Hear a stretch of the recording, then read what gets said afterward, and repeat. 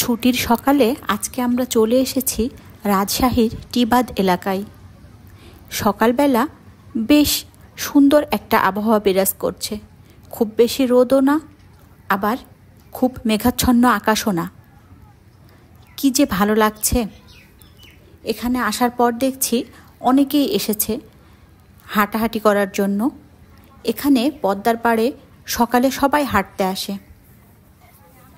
আসলে পদ্মার ঠান্ডা বাতাসে সবার মনের ক্লান্তি দূর হয়ে যায়। দেখুন আকাশটাকেও কত চমৎকার লাগছে। আকাশ আর নদী মিশে একাকার হয়ে গেছে।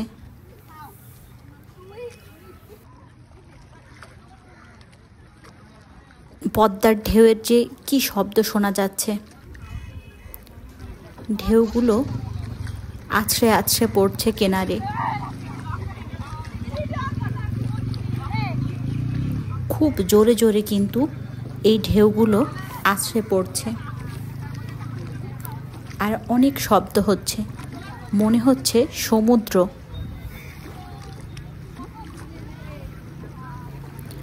আমরাও এখানে সকালে এসেছি যাতে আমাদের সকালের হাঁটাহাঁটিটাও কমপ্লিট হয়ে যায়। আর এই যে দেখুন তীরে নৌকাগুলো টাইট করে দড়ি দিয়ে বাঁধা আছে, কারণ যে পরিমাণ স্রোত হচ্ছে যে কোনো সময় নৌকাগুলো খুলে চলে যাবে, এজন্য বেশ টাইট করে বেঁধে রাখা হয়েছে।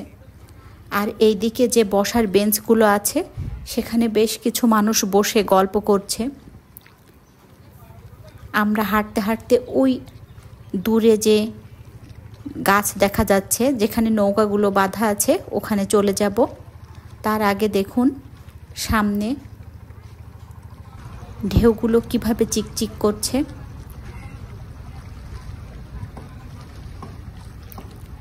হাঁটতে হাঁটতে আমরা সামনের দিকে যাচ্ছি। সামনের জায়গাটা আরো বেশি সুন্দর। আর এই যে বেঞ্চগুলো এখন ফাঁকা আছে। আসলে অনেক সকাল তো, আর ছুটির দিনে সবার সকাল শুরু হয় এমনিতেই দেরি করে, এজন্য বেশ ফাঁকা। আর অন্য সময় এখানে খুব ভিড় থাকে, তবে আমার কাছে এই ফাঁকা পদ্মার পাড়ই ভীষণ ভালো লাগে। ভিড়ের সময় আসলে এত বেশি ভালো লাগে না।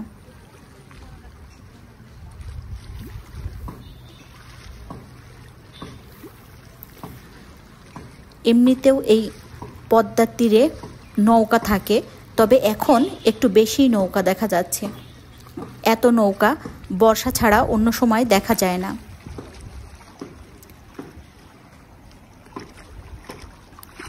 এই যে এখানে একটা জালের মতো রাখা আছে। এখানে এখন সবাই অনেক মাছ ধরে। যেদিকেই আমরা যাচ্ছি শুধু পানি আর পানি, একদম সমুদ্রের মতো পানি হয়ে গেছে।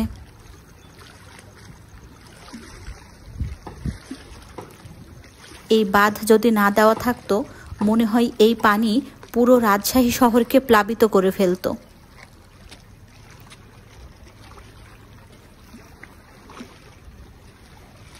এই যে দেখুন সিমেন্ট দিয়ে কত বড় বড় পাথরের মতো তৈরি করা হয়েছে। আর এই যে দেখুন সারি বেঁধে কত নৌকা রাখা আছে। এই নৌকাগুলোর চেয়ে সামনের ওই নৌকাগুলো আরো বেশি সুন্দর। এখান থেকেই দেখতে পাচ্ছি, কাছে যেয়ে ভালো করে দেখব আর আপনাদেরকেও দেখাবো।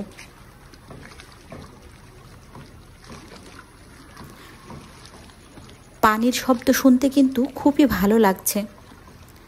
পানির শব্দও যে এত সুন্দর হয় এখানে না আসলে আপনি বুঝতে পারবেন না।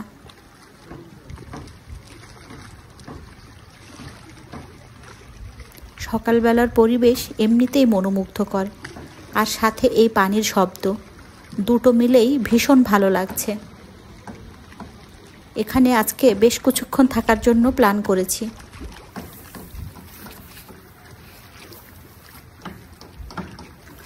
এই যে দেখুন এই নৌকাগুলো আবার খুব সুন্দরভাবে রং করা আছে।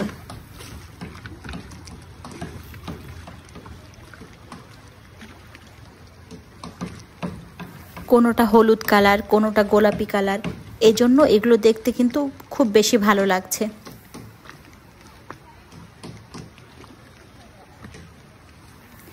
আর এই পদ্মার পাড়ে কিন্তু অনেক মুরগি দেখলাম। মুরগিগুলো ইচ্ছা মতো ঘুরে ঘুরে বেড়াচ্ছে আর খাবার খুঁজে খাচ্ছে। ভালোই লাগলো সকালবেলা এই দৃশ্য দেখে। এখন তো আর এরকম মুরগি বেশি দেখাই যায় না। আর এই যে এই চাচা নৌকা তৈরি করছে নতুন একটা।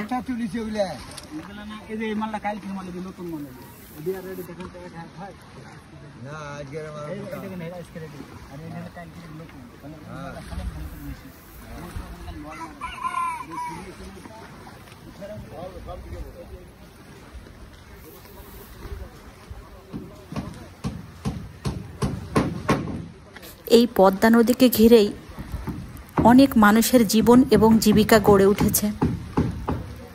তারা এই পদ্মা নদীকে নিজের আপনজনের মতোই চিনে রেখেছে। কখন পদ্মা কীরকম রূপ ধারণ করে সেটা তারা খুব ভালো করেই জানে। সেভাবেই তারা তাদের জীবিকা তৈরি করে।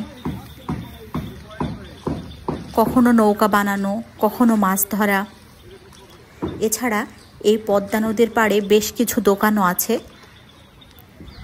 পানি বাড়ার জন্য অনেক দোকানই সরিয়ে নেওয়া হয়েছে।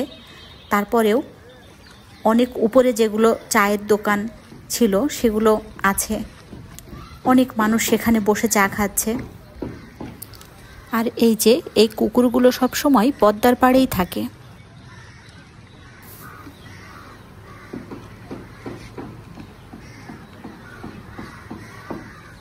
একদম কাছে বসেও পদ্মা নদীর পানি দেখা যাচ্ছে। এই যে উপরের দোকানগুলো এখনো শুরু করেনি, কেবল রেডি হচ্ছে দোকানগুলো খোলার জন্য। এখানে একটা মা মুরগি তার ছানাদের নিয়ে খাবার খুঁটে খাচ্ছে। কি চমৎকার দৃশ্য।